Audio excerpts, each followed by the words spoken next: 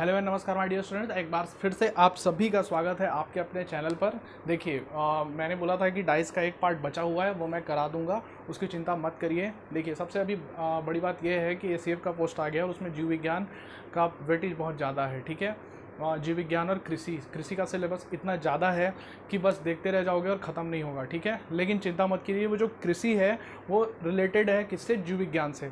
जैसे कि कोशिका का कुछ पार्ट है जीव विज्ञान में और कृषि में मिलेगा। ठीक है, उसको जीव विज्ञान में नहीं डाला है, उसको डाला है कृषि में। तो ये सब बहुत सारी चीज़ें हैं, है सिलेबस उतना ज़्यादा नहीं, बस मिक्सअप कर दिया है। ठीक है, तो उससे डरिएगा नहीं। चलिए एक बात आज शुरू करते हैं कि मैं जीव विज्ञान का टॉपिक कवर करने की कोशिश करूँगा आप लोगों से। अच्छा, इसमें एक बात यह है कि सबसे पहले तो मैं आज तंत्रिका तंत्र की क्लास ले रहा हूँ। अगर आप लोगों का रिस्पांस अच्छा रहेगा तो मैं डेली क्लास कर दूंगा या फिर 2 दिन क्लास लगाऊंगा। ठीक है, सबसे पहला पार्ट है, देखिए तंत्रिका तंत्र जो होता है ये मैं आज पढ़ाने वाला हूँ आप लोगों को। अच्छा, इसमें बात ये है कि ये 3 क्लास लग सकते हैं। ठीक है, पहले आज मैं तंत्रिका तंत्र के प्रकार बताऊंगा, तंत्रिका तंत्र कितने भागों में बटे हैं वो बताऊंगा, कि वो उसके कितने भागों में उसको बांट सकते हैं अपन, उनके कार्यों के आधार पर ये बताऊंगा। ठीक है, चलिए सबसे पहले आज तंत्रिका तंत्र की क्लास जो है, तंत्रिका तंत्र। ठीक है, चलिए देखते हैं। सबसे पहले तंत्रिका तंत्र जो होता है इसका अध्ययन कहलाता है न्यूरोलॉजी। ये अपने आप में एक सवाल है, रेलवे ग्रुप डी का, रेलवे जो छोटे छोटे एग्जाम होता है उसमें पूछ देता है कभी कभी, और भी एग्जामों में ये पूछा गया है। ठीक है, तो जो तंत्रिका विज्ञान का अध्ययन होता है, तंत्रिका विज्ञान, इसका जो अध्ययन होता है वो क्या कहलाता है, न्यूरोलॉजी। इसमें कोई टेंशन नहीं होना चाहिए, बहुत सरल सी बात है। चलिए अब देखते हैं ये करता क्या है तंत्रिका तंत्र। ये हमारे शरीर की सभी क्रियाओं को, ठीक है, बात को ध्यान से सुनिएगा, हमारे शरीर की सभी क्रियाओं को नियंत्रित करेगा। ठीक है, जितने भी अंग होते हैं उनका जो कार्य होता है उसको नियंत्रित करेगा, समन्वित करेगा और संचालित करेगा। ठीक है, ये किसका कार्य है, तंत्रिका तंत्र का। और अगर इसकी और परिभाषा हम सुनना चाहें तो सुनिएगा, हमारे शरीर के जो बाह्य वातावरण में जो भी परिवर्तन होते रहता है, ठीक है, उसको ये ग्रहण करेगा और ग्रहण करने के बाद हमें ये क्या करेगा, उस पर प्रतिक्रिया करने के लिए मजबूर करेगा। ये कहलाता है तंत्रिका तंत्र। ठीक है, चलिए हमारे शरीर में लगभग तंत्रिका तंत्र जो होता है लगभग मस्तिष्क में पाया जाता है। ठीक है, लगभग मस्तिष्क में मिलेगा। ठीक है, पर कुछ कुछ होते हैं जो मस्तिष्क के बाहर मिलते हैं, कुछ तंत्रिका तंत्र, जिसे गुच्छक कहा जाता है। ठीक है, तो ये याद रखिएगा कि जो तंत्रिका तंत्र है वो पूरे के पूरे मस्तिष्क में ही नहीं मिलते हैं, वो आपके कहाँ पे मिलेंगे, बाहर भी मिलेंगे तंत्रिका तंत्र से, और ये गुच्छक के समान, जाल के समान रचना करते हैं। ठीक है, तो मस्तिष्क से बाहर जो तंत्रिका तंत्र पाई जाएगी उसका नाम अगर पूछा जाएगा तो वो है गुच्छक। ठीक है, सबसे पहली बात तो ये, जो उच्च कोटि जंतु होते हैं, उच्च कोटि जंतु में हम मानव को ले सकते हैं। ठीक है, मानव जो होता है इसमें बहुत जटिल तंत्रिका तंत्र पाई जाएगी। ठीक है, मानव में कैसी तंत्रिका तंत्र पाई जाएगी, बहुत ही जटिल तंत्रिका तंत्र पाई जाएगी। जटिल, देखिए जटिल कहने का मतलब ये है कि बहुत सारी तंत्रिका तंत्र पाई जाएगी। तंत्रिका तंत्र की जो संख्या होती है मनुष्य में 10 की घात 11, मान के चलिए 100 अरब, इतनी तंत्रिका तंत्र शरीर में पाई जाएगी। अगर आप लोगों से पूछ लिया जाए, वैसे एकदम करेक्ट नहीं कर सकते, पर फिर भी एनसीईआरटी जो लेता है वो 10 की घात 11 तंत्रिका तंत्र लेता है, 100 अरब की संख्या लेता है तंत्रिका तंत्र की। ठीक है, चलिए मैं एनसीईआरटी के अकॉर्डिंग बता रहा हूँ। इसमें देखा जाता है आगे कि जो तंत्रिका तंत्र है ये और क्या क्या है इसमें जो हमें जानना चाहिए। सबसे पहले तो ये कि मस्तिष्क जो होता है तंत्रिका तंत्र का मुख्य भाग होता है, ये आप लोगों को पता होगा। तो मस्तिष्क जो होता है ये क्या करता है, हमारे शरीर की सभी जो भी सोचने की है, समझने की है, सुनने की है, जागने की है, रोने की है, यहाँ तक कि सोने की है, सभी जो क्रियाएं होती है वो मस्तिष्क के द्वारा होती है। पर अभी मस्तिष्क हम अभी नहीं पहुंच सकते, बहुत टाइम लगेगा मस्तिष्क को पढ़ने में। अभी हम लोगों को तो तंत्रिका तंत्र की बनावट पढ़नी है, उसके कार्य को पढ़ना है। ठीक है, चलिए सबसे पहले हम क्या करते हैं, जो तंत्रिका तंत्र है यह मस्तिष्क के साथ में जुड़ी रहती है। माफ कीजिएगा, तंत्रिका तंत्र अंतःस्रावी ग्रंथियों के साथ में जुड़ी होती है। ये अंतःस्रावी ग्रंथियों के साथ में जुड़ी रहती है। इसके अध्ययन को कहते हैं न्यूरोलॉजी। एंडोक्राइनोलॉजी, क्राइनोलॉजी, ठीक है। मैंने कहा न्यूरो एंडोक्राइनोलॉजी, ठीक है। आपसे सवाल पूछा जाएगा कि तंत्रिका तंत्र और अंतःस्रावी ग्रंथियों के अध्ययन को क्या कहा जाता है, न्यूरो एंडोक्राइनोलॉजी। और केवल मस्तिष्क विज्ञान के अध्ययन, माफ कीजिए, तंत्रिका विज्ञान के अध्ययन को क्या कहते हैं, न्यूरोलॉजी। कोई कंफ्यूजन तो नहीं पालिएगा इसमें। चलिए अगला देखते हैं। बात इसमें ये आती है कि जो तंत्रिका तंत्र है ये कितने भागों में बनावट होती है इसकी, ये कैसे कैसे बनता है। अभी इसको हम बांटेंगे 3 भागों में।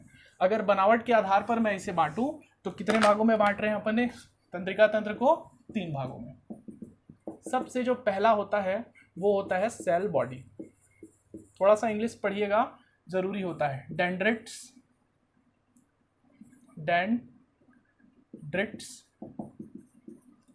और लास्ट होता है cell body, dendrites and last one is axon, ठीक है। इसे कहा जाता है कोशिका। सेल से बना कोशिका और बॉडी से बना काय, ठीक है। ये पहला पार्ट हो गया। कोशिका का बनावट पढ़ रहे हैं अपन, ठीक है। क्या क्या होता है कोशिका के बनावट में। डेंड्रिट्स मतलब होता है द्रुमिकाक्ष, ठीक है, द्रुमिकाक्ष। और एक्सॉन जो होता है इसका नाम होता है एक्सॉन का तंत्रिकाक्ष, तंत्रिकाक्ष, ठीक है।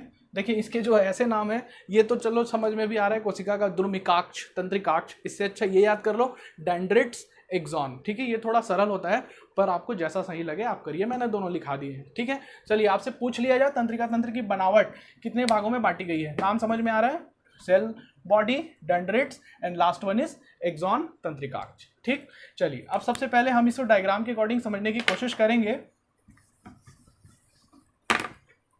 सबसे पहला जो होता है हम लोगों ने पढ़ा क्या, सेल बॉडी। यहां पर मान के चलिए ये शेल है आपकी, ठीक है। ये है आपकी शेल बॉडी, सेल बॉडी, ठीक। ये जो सेल बॉडी है इसके केंद्र में केंद्रक है, यहां पर केंद्रक मिलेगा सेल बॉडी में, आपको पता भी होगा। और इसके चारों ओर जो फूलता है वो होता है निसिल्स कण। ध्यान से सुनिएगा, मैंने कहा निसिल्स कण, ठीक है। जो जीव द्रव्य होता है कोशिका में जनरली, पर यहां पर हम इसे क्या कहते हैं, निसिल्स कण। अच्छा, ये निसिल्स कण कहां मिल रहा है ये समझ में आ गया। चलिए ये एक चीज जान लीजिएगा, ये होता है प्रोटीन युक्त रंगीन कण, ठीक है। यहां पर मैं कण लिखा हूं, रंगीन कण। चलिए ये सवाल पूछा जा सकता है कि निसिल्स कण कहां पर पाए जाते हैं। मैंने कहा सेल बॉडी के अंदर और केंद्रक के बाहर, ठीक है। जनरली सी बात है, अगर जनरल सी बात है हम सोचें तो ये जीव द्रव्य कहा जा सकता है। और निसिल्स कण बने कैसे होते हैं, प्रोटीन युक्त होते हैं, रंगीन कण, ठीक है। ये बात समझ में आ गई, हम लोगों ने पहले ये समझ लिया। अब ये जो बाहर फैला हुआ है ये क्या है, ये जो बाहर फैला हुआ है ये क्या है, यही है जिसे हम कहेंगे क्या, द्रुमिकाक्ष या फिर डेंड्रिट्स। ये जो बाहर फैला हुआ है डेंड्रिट्स, ठीक है, यही है डेंड्रिट्स, ओके। अब यहां पर ये है निकला इधर से, छोटे छोटे तंतु होते हैं, मैं इसकी परिभाषा लिखवा दूंगा, चिंता मत करिएगा। यहां से ये निकल गया छोटा छोटा छोटा छोटा करके और ये आ गया इधर, फैल गया, ठीक है। ये फैल गया, ध्यान से सुनिएगा। यहां पर ये जो निकल रहा है यही कहलाएगा एक्सॉन, ठीक। शेल बॉडी से लंबी तंतु, मैं बोल रहा हूं सेल बॉडी से एक लंबी व पतली तंतु नीचे आती है या फैली होती है, उसे हम कहते हैं एक्सॉन, ठीक है। यही एक्सॉन है, ये क्या करेगी, संदेश वाहक का कार्य करती है, ठीक। न्यूरॉन से न्यूरॉन के द्वारा संदेश पहुंचाने का जो कार्य करेगी ये क्या कहलाएगी, एक्सॉन। बिल्कुल समझ में आने चाहिए बात। चलिए समझने की कोशिश करते हैं एक्सॉन की बनावट को। क्या मैं इसे मिटा दूं, डायग्राम थोड़ा बड़ा बनाते हैं, अच्छे से बनाते हैं। चलिए देखते हैं, यहां पर हम लोगों ने इसे बना लिया। यहां पर है क्या, यहां पर हो गया आपका सेल बॉडी, ये सेल बॉडी है। सेल बॉडी, ये हो गया केंद्रक। डायग्राम समझ लेंगे तो सब कुछ समझ में आ जाएगा। ये छोटा छोटा जो केंद्र है भाग में फैला हुआ है ये कहलाएगा निसिल्स कण। वो जो डायग्राम वहां पे बना है उसी को बना रहा हूं यहाँ पे मैं, निसिल्स कण। चलिए, ये जो इसके बाहर छोटी छोटी तंतु है, तंतु, ध्यान से सुनिएगा, ध्यान से सुनिएगा। मैंने कहा सेल बॉडी के जो बाहर छोटी छोटी तंतु विस्तृत रूप से फैली होती है, उस तंतु को हम कहते हैं डेंड्रिट्स। डेंड्रिट्स, ठीक है, द्रुमिकाक्ष। बिल्कुल इससे जुड़ी रहेगी, ठीक है, ये जो है इससे क्या है, जुड़ी रहेगी, इसी से जो है बाहर निकलती। और किसके माध्यम से जुड़ी रहेगी, निसिल्स कण, उनके माध्यम से ये जुड़ी रहेगी। ठीक, अब यहां पर से क्या हो रहा है, सेल बॉडी से, ये सेल बॉडी है, ये डेंड्रिट्स सेल बॉडी लगा हुआ है। इस डेंड्रिट्स और सेल बॉडी से एक लंबी पतली जो है तंतु बाहर की ओर आ रही है। दिख रहा है आप लोगों को, बिल्कुल दिख रहा होगा। तो ये जो बाहर की ओर आ रही है यहां पर से, इसे हम लोगों ने क्या नाम दे दिया है वहां पर, एक्सॉन। ठीक है, ये जो एक्सॉन है इसका जो नाम होता है क्या होता है, तंत्रिकाक्ष। ठीक, ये क्या करेगी, सूचनाओं का आदान प्रदान करने का कार्य करती है। और किसके द्वारा करती है, न्यूरॉन के द्वारा। तंत्रिका तंत्र की कार्यात्मक इकाई जो होती है वो क्या कहलाती है, न्यूरॉन कहलाती है। ठीक है, चलिए ये नीचे आ गया, ये सूचनाओं का आदान प्रदान कर रहा है कौन, एक्सॉन। किसके माध्यम से कर रहा है, न्यूरॉन के द्वारा। एक न्यूरॉन पहुंचा दूसरे न्यूरॉन के पास, ये न्यूरॉन है मान लीजिए, ये ऐसे आएगा, फिर दूसरे न्यूरॉन के पास जाएगा। इस हिसाब से ये सूचनाओं का आदान प्रदान करते जाते हैं। चलिए, अभी ये बहुत सारे इन चीज़ों में बनावट पढ़नी पड़ेगी, एक्सॉन की ही बनावट हमें पढ़नी पड़ेगी। चलिए समझते हैं कुछ। यहाँ पर जो एक्सॉन का ये लंबा जो पेड़ दिख रहा है, इस पर क्या होगा, छोटे छोटे कुछ आवरण होते हैं। ठीक है, ये जो आवरण छोटे छोटे होते हैं ये कहलाते हैं माइलिन आवरण। माइलिन आवरण, ठीक है, बात बिल्कुल समझिएगा। एक्सॉन यानी कि जो तंत्रिकाक्ष होता है, जो सूचनाओं का आदान प्रदान करता है, इसके बाहर माइलिन की आवरण पाई जाती है। ठीक है, ये जो माइलिन की आवरण होती है ये बहुत दूर तक जाती है। ठीक है, इसको पूरी तरीके से ढकी रहती है ताकि इसको कुछ नुकसान मत हो, है ना। और ये जो लास्ट में क्या होगा, यहाँ पर ये फैल जाएगा। ठीक है, अब ये जो फैलता है इसको समझिएगा। नॉर्मली अगर मैं बोलूं तो बिल्कुल आप लोगों को ये लगेगा सर ये तो टर्मिनल आ गया। ठीक है, टर्मिनल बिल्कुल है। क्या टर्मिनल बोलेंगे, एक्सॉन का टर्मिनल कहेंगे इसे। ठीक, ये एक्सॉन का टर्मिनल है क्योंकि ये लास्ट वाला पार्ट आ गया। टर्मिनल मतलब क्या होता है, या तो अंतिम या फिर पहला। तो यहाँ पर ये टर्मिनल आ गया, पर यहाँ पर ये जो होते हैं ना, ये छोटे छोटे छोटे छोटे नॉब्स तैयार हो जाते हैं इससे। मैंने कहा कि जब नीचे आते जाते हैं कौन, ये जो हमारे तंत्रिकाक्ष एक्सॉन है, ये नीचे आते जाते हैं और नॉब्स जो है तैयार करने लगते हैं। तो जब ये नॉब्स तैयार करते हैं तो ये नॉब्स क्या करेंगे, सूचनाओं का आदान प्रदान करने के लिए बने होंगे। बिल्कुल ठीक, ये कैसे सूचना आदान प्रदान करेंगे इसको ध्यान से सुनिएगा। यहाँ पर जो है दूसरी तंत्रिका तंत्र मान लीजिए, तंत्रिका तंत्र यहाँ पर। अब ये जो यहाँ पर दूसरी तंत्रिका तंत्र है ये क्या फैला हुआ है यहाँ पे ऐसे, बिल्कुल आप लोगों को समझ में आ रहा है ये क्या है, डेंड्रिट्स। तो यहाँ पर ये जो फैला हुआ है यही चीज यहाँ पर भी डेंड्रिट से ही कहलाएगा। और इसमें भी नॉब्स होते हैं, और यहाँ से ये नॉब्स इससे जुड़ेगा, यहाँ से ये नॉब्स इससे जुड़ेगा, और ये जुड़ेगा इससे। बिल्कुल डायग्राम समझने की कोशिश करिएगा, मैं कोशिश कर रहा हूँ आप लोगों को समझाने की। ठीक है, ये नॉब्स जुड़ेंगे डेंड्रिट्स के तंत्रिका तंत्र से। ठीक है, और डेंड्रिट्स के तंत्रिका तंत्र से जुड़कर सूचनाओं का आदान प्रदान करेंगे। मतलब कहने का ये है कि एक्सॉन के जो नॉब्स होते हैं, एक्सॉन टर्मिनल से निकलने वाले जो नॉब्स रहते हैं, वो तंत्रिका तंत्र दूसरे तंत्रिका तंत्र के डेंड्रिट्स के नॉब से जुड़ते हैं और सूचनाओं का आदान प्रदान करते हैं। ठीक है, ये जो पोर्शन है यहाँ पर, ये जो क्रिया हो रही है इसे हम कहते हैं सिनेप्सिस। सिनेप्सिस, क्या आप लोगों को दिख रहा है? ठीक है, मैं यहाँ लिख देता हूँ सिनेप्सिस, सिनेप्सिस।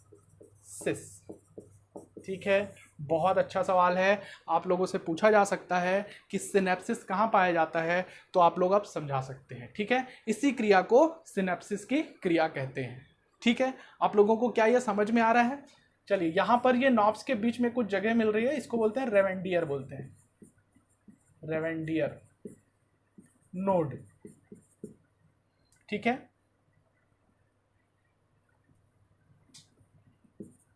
रेवेंडियर नोड। ठीक है, ये बात हो गई। ध्यान से सुनिएगा, ये जो फैला हुआ जो भाग होता है, ये वाला भाग, यहाँ पर ये है माइलिन आवरण, ये भी माइलिन आवरण है। इन दोनों माइलिन आवरण के बीच में जो स्थान छूटा हुआ है, इस छूटे हुए स्थान को रेवेंडियर नोड कहते हैं। ठीक है, समझ में आ रही है बातें? चलिए आगे देखते हैं। इसके आगे जो है हम लोगों को पढ़ना है अब थोड़ा सा ब्रीफ में, कोशिश करते हैं। वैसे यहाँ तक मुझे को लगता है कि आप लोगों को बहुत अच्छे से समझ में आ गया होगा, इसमें कुछ था भी नहीं, समझने लायक कोई बात भी नहीं थी। पहले मैंने कहा कि यहाँ पर जो सेल आवरण है, ठीक है, सेल जो बॉडी है जिसको कोशिका काय कहा जा रहा है, ये कोशिका काय क्या है? कोशिका काय के अंदर में निसिल्स कण पाए जाते हैं, और निसिल्स कण जो होते हैं वो क्या होते हैं? प्रोटीन युक्त रंगीन कण होते हैं। ठीक है, नॉर्मल सी बात है, जीव द्रव्य कहा जाता है। ठीक है, अगली बात होती है कि इस कोशिका काय की क्या है, और बाहर में इससे जुड़ी हुई एक है, जिसका एक जुड़ी हुई तंतु है जिसका नाम हम लोगों ने क्या रखा? द्रुमिकाक्ष। ठीक है, डेंड्रिट्स। और ये जो डेंड्रिट्स है, इसके नीचे से एक सिरा, बोला जाए एक तंतु निकली, पतली और लंबी तंतु। वो पतली और लंबी तंतु बाहर निकली और वो जड़ के रूप में फैल गई, जिसे टर्मिनल कहा हम लोगों ने। और जो टर्मिनल है, यहाँ पर क्या होता है? नॉब्स होता है छोटा छोटा।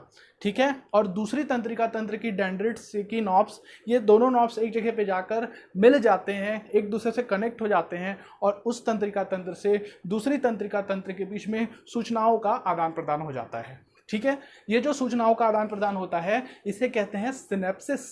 ठीक, याद रखिएगा, या इसे सिनेप्टिक नॉब कहते हैं, पर अगर उस प्रक्रिया का नाम पूछा जाए तो उसे सिनेप्सिस कहा जाएगा। ठीक, चलिए आगे देखते हैं। अगला जो बात है वो है, कुछ और जान लेते हैं। तंत्रिका तंत्र जो होता है, ये क्या होता है? शरीर में पाई जाने वाली सबसे लंबी कोशिका होती है। ठीक है, तंत्रिका तंत्र लिख लीजिए।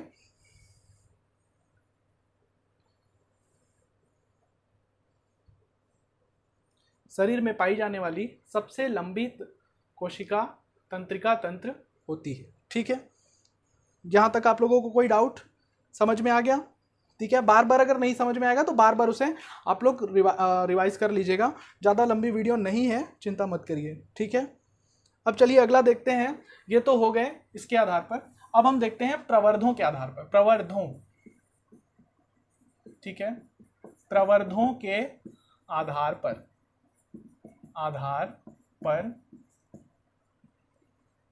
तंत्रिका तंत्र। ठीक है, प्रवर्धों के आधार पर तंत्रिका तंत्र भी तीन ही प्रकार के पाए जाएंगे। एक होता है एक ध्रुवीय, दूसरा होता है द्विध्रुवीय, और तीसरा होता है बहुध्रुवीय। ठीक है, चलिए समझने की कोशिश करिए। इसे मैं लिखता हूं यहां पर। एक ध्रुवीय तंत्रिका तंत्र, एक ध्रुवीय, फिर होता है द्विध्रुवीय, फिर होता है बहुध्रुवीय। ठीक है, ये तीन प्रकार हैं। इन तीनों प्रकार को समझने की कोशिश करते हैं। सबसे पहले जो मिलता है हमें, जो एक ध्रुवीय, इसका नाम होता है यूनिपोलार। ठीक है, ये हो गया डाइपोलार, और इसे क्या कहेंगे? बहु है तो मल्टीपोलार। ठीक, ये हो गया। अब देखिए ध्रुवीय समझने की कोशिश करिएगा, बहुत सरल है, कुछ ऐसी बहुत बड़ी बात लॉजिक उसमें कुछ है नहीं। देखिए एक ध्रुवीय मतलब क्या हो सकता है, यहाँ पर मैं समझाने की कोशिश करता हूँ कोशिका काय बनाकर। ठीक, ध्यान से सुनिएगा, बहुत प्यार से समझिएगा। यहाँ पर जो है कोशिका काय है, ये है सेल बॉडी। मैं लिख नहीं रहा हूँ, ठीक है, जगह कम पड़ती है, फिर आप लोगों को समस्या होगी। ये है सेल बॉडी, सेल बॉडी। ठीक, ये जो सेल बॉडी है, इसके ऊपर, ठीक है, इस सेल बॉडी के ऊपर केवल और केवल एक एक्सॉन की प्राप्ति हो। ठीक, केवल एक एक्सॉन की प्राप्ति हो और डेंड्रिट्स जो है,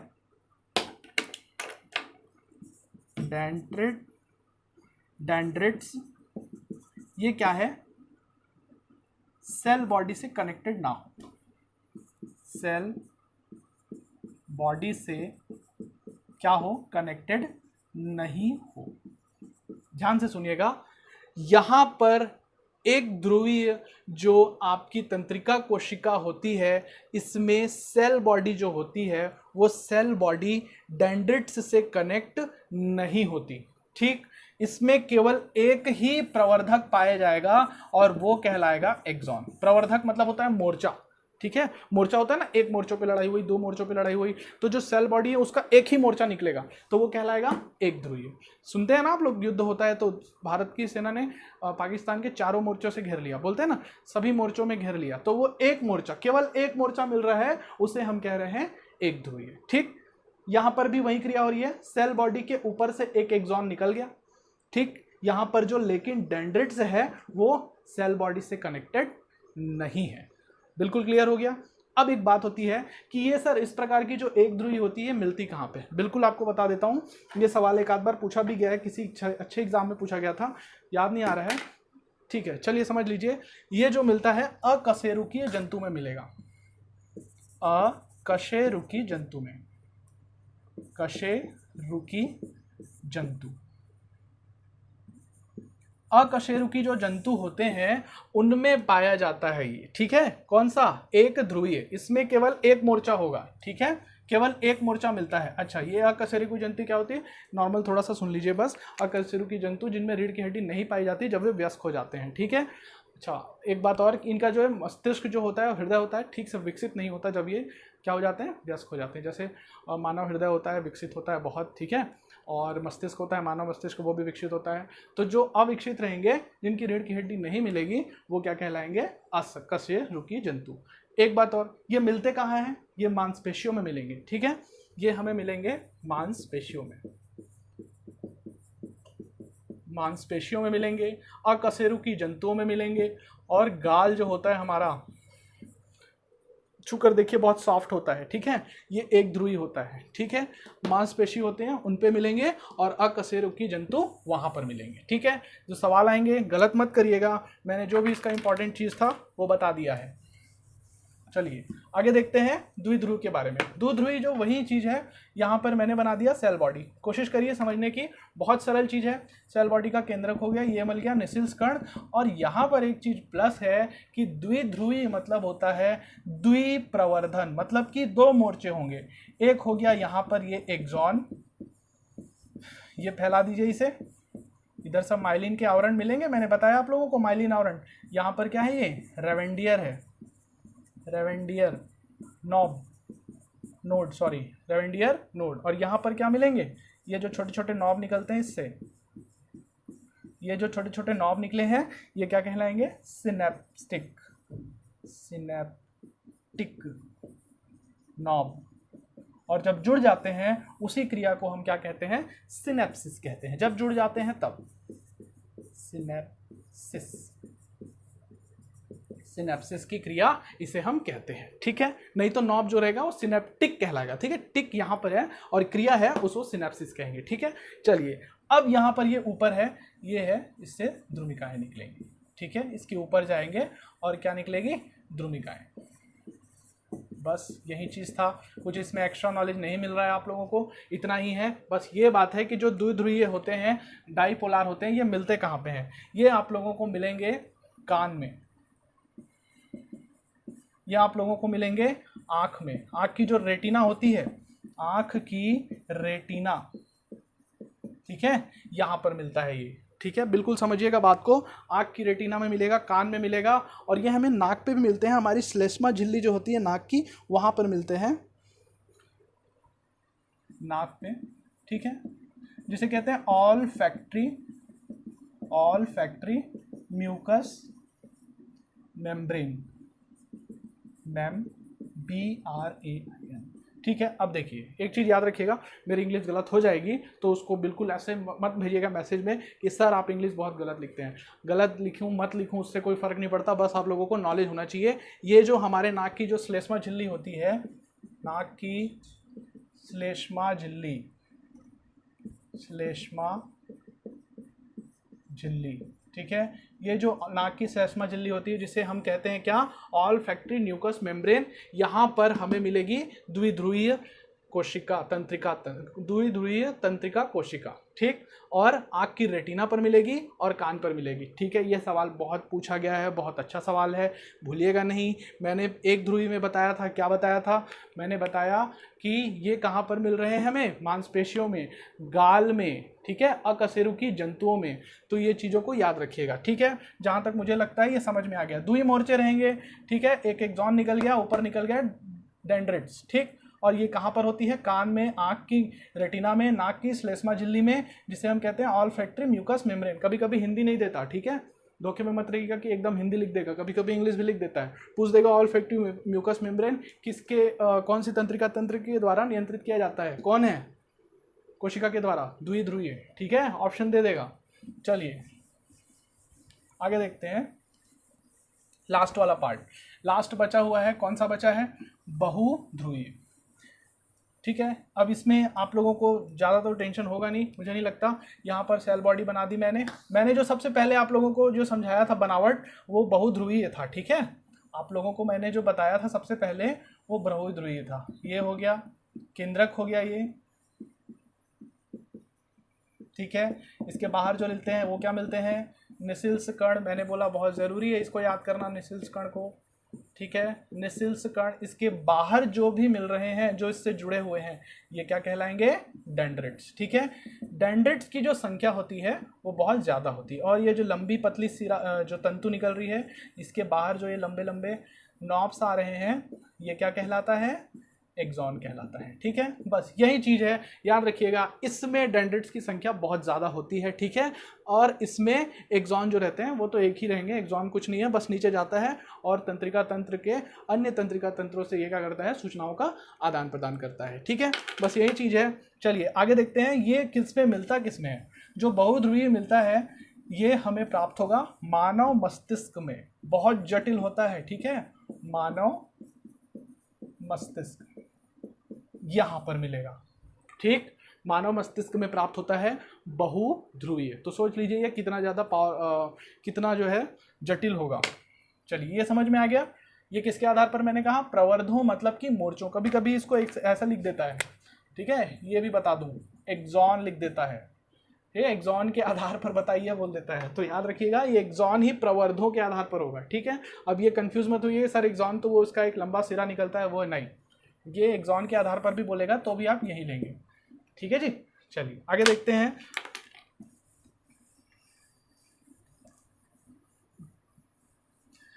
तंत्रिका तंत्र कार्य के आधार पर, ठीक है। मैं जो भी चीज बता रहा हूं इसको आप लोग खुद से नोट करके लिखिएगा, ठीक है। चलिए कार्यों के आधार पर जो होते हैं तंत्रिका तंत्र, वो 3 प्रकार के होंगे।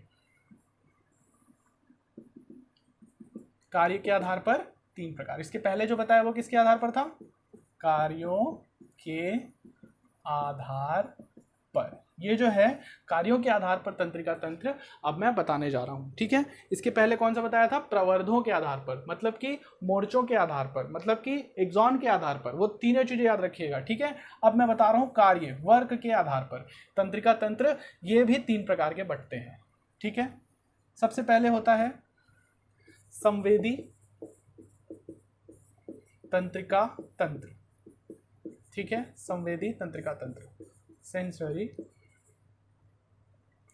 RY, ठीक है, नर्वस सेल कोशिका,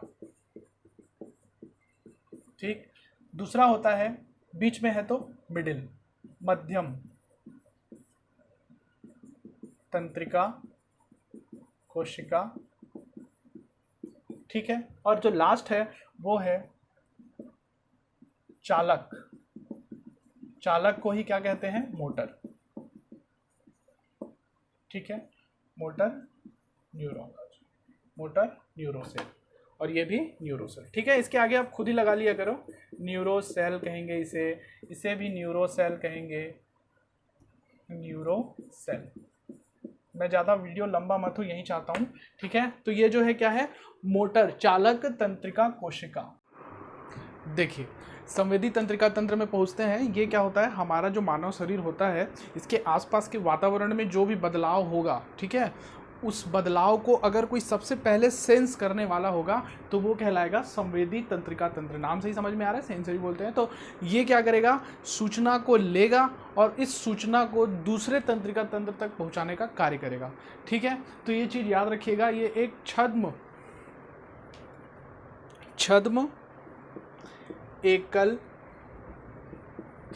एकल ध्रुवीय होता है। ठीक है, मैंने कहा छद्म एकल ध्रुवीय होता है, इंग्लिश में इसे कहते हैं स्यूडो यूनिपोलर। ठीक है, याद रखिएगा ये होता है छद्म एकल ध्रुवीय, क्योंकि इसमें से 2 डेंड्रिट्स निकल जाते हैं, डेंड्रिट्स।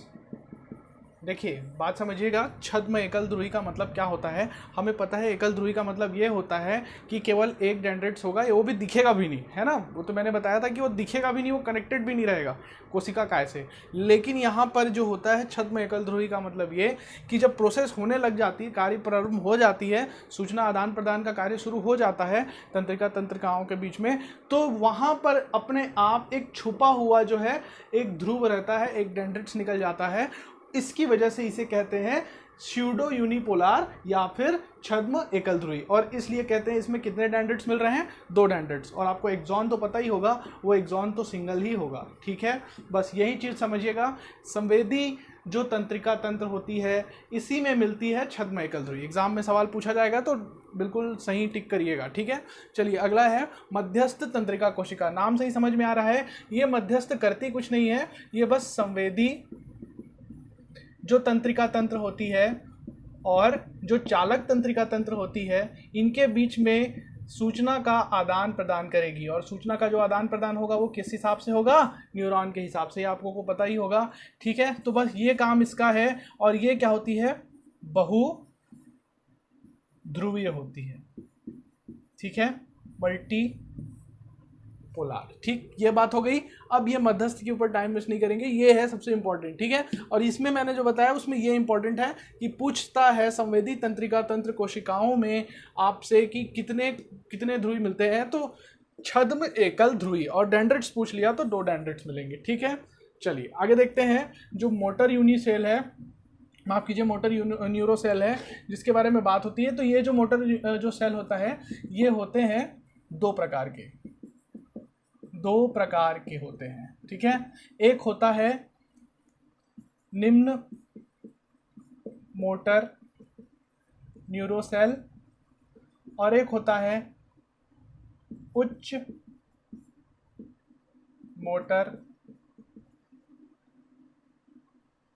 मोटर क्या लिखा हूं यहाँ पे मैं, मोटर ही है ना, मोटर चालक, उच्च मोटर न्यूरोसेल। ठीक है, तो ये देखिए ये 2 प्रकार में बांटे हुए हैं। पहली बात तो ये हो गई कि जो चालक कोशिका होती है ये 2 भाग में बढ़ जाती है, एक उच्च होती है और एक निम्न। देखिए उच्च का जो कार्य रहता है ये क्या होता है, बात को समझिएगा बड़े प्यार से। इधर मैं समझा चुका हूँ तो मैं मिटा रहा हूँ इसको। देखिए यहाँ पर मान लीजिए आपका मस्तिष्क है, ये मस्तिष्क है आपका, ऐसा नहीं होता, बस मैं बता रहा हूँ। और यहाँ पर एक होता है मेरुरज्जु, छोटा सा एक पार्ट रहता है। ठीक है, और इधर जो रहती है यहाँ पर फिर आपको ग्रंथियाँ मिलेंगी हमारे शरीर की। ठीक है, ग्रंथियाँ मिलेंगी और भी पेशियाँ भी होंगी। ठीक है, इधर भी पेशियाँ ग्रंथियाँ होती हैं, इधर पेशी। चलिए देखिए ध्यान से, अभी उधर की बात बाद में करेंगे। यहाँ पर मान लीजिए आपका क्या निकला, ये मस्तिष्क। समझने की कोशिश करिए, ये है मस्तिष्क और ये जो है ये मेरुरज्जु है, मेरुरज्जु, स्पाइनल कॉर्ड जिसे कहते हैं आप लोग। ये हो गया मेरुरज्जु, यहाँ पे स्पाइनल कॉर्ड हो गया। और ये जो इसके नीचे है ये तीसरा भाग है, ये ग्रंथि और पेशियां हैं। ठीक, अभी क्या होगा, जब ये मेरुरज्जु सूचना लेकर मस्तिष्क की तरफ जाएंगी, ठीक है, तो उसे हम कहेंगे उच्च मोटर न्यूरोसेल। ठीक, जब मेरुरज्जु से मस्तिष्क की तरफ जाएंगी तब। और ये जो मेरुरज्जु है जब पेशी और ग्रंथि की तरफ आएगी उसे हम कहेंगे निम्न मोटर न्यूरोसेल। लिखाने की ज़रूरत है, आप लोग खुद ही लिख सकते हैं इस चीज़ों को, ठीक है। मैंने कहा जब मेरुरज्जु मस्तिष्क तरफ जाएगी तो फिर उच्च, और जब नीचे आएगी तो फिर निम्न। देखिए होता क्या है, हमारा जो तंत्रिका तंत्र होता है उसमें उद्दीपन होते हैं, ठीक है। अब जब उद्दीपन यानी इम्पल्स होते हैं हमारे तंत्रिका तंत्र में, तो जब इम्पल्स होते हैं ना, तो फिर ये मेरुरज्जु सूचना लेकर जाएगा मस्तिष्क की तरफ, तो फिर ये हो जाएगा आपका उच्च, और ये जब मेरुरज्जु नीचे ग्रंथि और पेशी की तरफ आएगा तो हो जाएगा वो निम्न, ठीक है। चलिए आज की क्लास में यहीं तक करता हूँ। आशा करता हूँ आप लोगों से जो भी मैं बताया हूँ वो समझ में आ गया होगा। पर एक चीज़ आप लोगों से मैं उम्मीद करता हूँ, आप वीडियो को लाइक करिए और सब्सक्राइब करिए, ठीक है, और सब तरफ वीडियो को फैलाइए, जिससे मुझे भी अच्छा लगेगा, मैं मोटिवेट होऊंगा, तो मैं आप लोगों के लिए ऐसी डेली वीडियो बना दूंगा। चलिए एक बात और इसमें बता दूं कि जो मस्तिष्क होता है वह रासायनिक व भौतिक, ठीक है, दोनों ग्रहण करता है, दोनों रूपों में ग्रहण करता है हमें जानकारी, ठीक है। रासायनिक रूप में भी ग्रहण करेगा और भौतिक रूप में भी ग्रहण करेगा, ठीक है। तो जो रासायनिक रूप में ग्रहण करता है उसे हम कहते हैं केवल दो, स्वाद जो होता है, स्वाद के बारे में जानते हैं हम, जो स्वाद लेते हैं वो क्या है, रासायनिक होता है, ठीक है। हम जो स्वाद लेते हैं, स्वाद ले लेके खाते हैं, वो क्या होता है, रासायनिक होता है। और जो गंध आती है मुंह नाक में हमारे, वो भी क्या होता है, रासायनिक होता है, ठीक है। जो मस्तिष्क में सूचनाएं जाती हैं, जो रासायनिक रूप में जाती हैं, वो कौन सी होती हैं, स्वाद और गंध। और जो भौतिक रूप में जाएगी, ये आप लोगों को लगभग पता ही होगा, प्रकाश हो गया, ये भी भौतिक रूप में जाता है, ठीक है। उष्मा हो गई, ये भी भौतिक रूप में जाता है, ठीक है। और लगाइए, गैस करिए, ध्वनि हो गई, ध्वनि, और एक और मान लीजिए स्पर्श भी ले लीजिए, ठीक है।